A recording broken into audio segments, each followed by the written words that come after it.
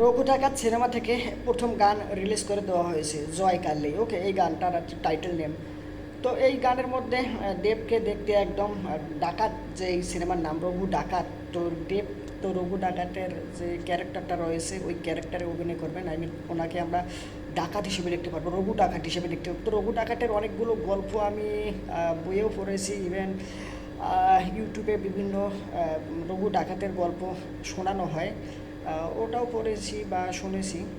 তবে এখানে কোন গল্পটাকে ডিরেক্টর তুলে ধরবে তা সুস্পষ্ট করে আমরা এখনও পর্যন্ত জানতে পারিনি। তবে এখানে টেজার আর প্রি টিজারে যে বিষয়গুলো দেখানো হয়েছে সেটা হচ্ছে ইংরেজরা যে এখানে আমাদের এই যে ভারতবর্ষে করেছে, শাসন করেছে, ঠিক সেই সময়ে একটা গল্প দেখানো হবে বলে এখানে সুস্পষ্টভাবে এটা আমরা বুঝতে পেরেছি। তবে এই গানটার যদি কথা বলি তাহলে এই গানটা সত্যিকার অর্থে একটা ভালো পান্ডে সেট নির্মাণ করে তারা এই গানটাকে শ্যুট করেছে, তা সুস্পষ্ট দেখে বোঝা যাচ্ছে। আর এই গানের সিনেমাটোগ্রাফি বলেন বা কালার গ্রেডিং ভিজুয়ালি দেখতে অনেকটাই ভালো হয়েছে। এর পাশাপাশি দেবের যে লুক প্রথম থেকেই বললাম, তাকে দেখেই সত্যিকার অর্থে সে ডাকাত চরিত্রে অভিনয় করতেছেন এবং তাকে দেখে সত্যিকার অর্থে ডাকাত লাগতেছে। আর এখানে ভিজুয়ালি যে বললাম, everything is good, location overall খুব ভালো লেগেছে। আর গানের লিরিক্স নিয়ে যদি বলি সেটা হচ্ছে এই গানের যে লাইনগুলো, বাজা রঘু রাজা এলো রে। তবে এই গানের যে রাজা, যে সে নিজেকে বলতেছে কিন্তু সে কিন্তু ডাকাত, এখানে রাজা না বলে বাজা রঘু ডাকাত এলো রে। ওকে, তাহলে আমার কাছে আরও বেশি করে ভালো লাগতো। কেন জানি না এই যে বাজা রঘু রাজা এলো রে, এই জিনিসটা কেন জানি আনকমফোর্ট লাগে। ওকে, তবে আমি যেটা মনে করি সেটা হচ্ছে ডাকাত বললে ভালো হতো, যেহেতু সে একজন ডাকাত চরিত্রে অভিনয় করতে আছে আর সে একজন ডাকাত, সেই হিসেবে রঘু ডাকাত বলাটাই ভালো হতো বলে আমি মনে করি।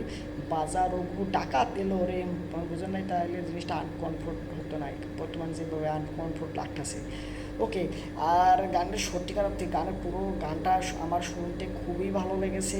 এর পাশাপাশি যে ড্যান্স স্টেপগুলো দিয়েছে ওগুলো ড্যান্স স্টেপ আহামরি লেভেলে না হলেও গানের সাথে খুব ভালোভাবে ম্যাচ করেছে। ওকে, বেশ কিছু ড্যান্স স্টেপ ওগুলো কেন জানি না এক টাইপ, মানে এক ঘরোয়া, পুরো গানটা জুড়ে একরকম ড্যান্সই তারা করেছে। একটুখানি লোকেশনটা চেঞ্জ করলে বা একটুখানি ড্যান্স স্টেপটা যদি চেঞ্জ করতো তাহলে ভালো হতো। এক সেটের মধ্যে আর এক ড্যান্স স্টেপে, মানে এক গেট আপে, এক কস্টিউমে মনে করো যে পুরো গানটা কমপ্লিট করে রেখেছে, যার কারণে গানটা পুরোটা সময় ধরে একই রকম লাগে।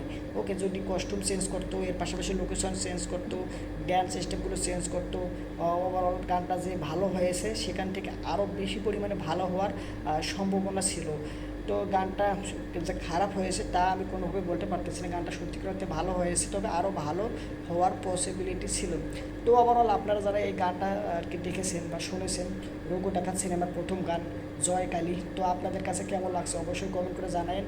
আর এই ভিডিওটা লাইক দিয়ে চ্যানেলটা যদি সাবস্ক্রাইব করে না থাকে তাহলে চ্যানেলটা সাবস্ক্রাইব করে আমাদের উৎসাহিত করবেন পরবর্তীতে আরও ভালো কিছু আর কি ডেলিভার করার জন্য। সম্পূর্ণ ভিডিও দেখার জন্য আপনাকে জানাচ্ছি অসংখ্য ধন্যবাদ।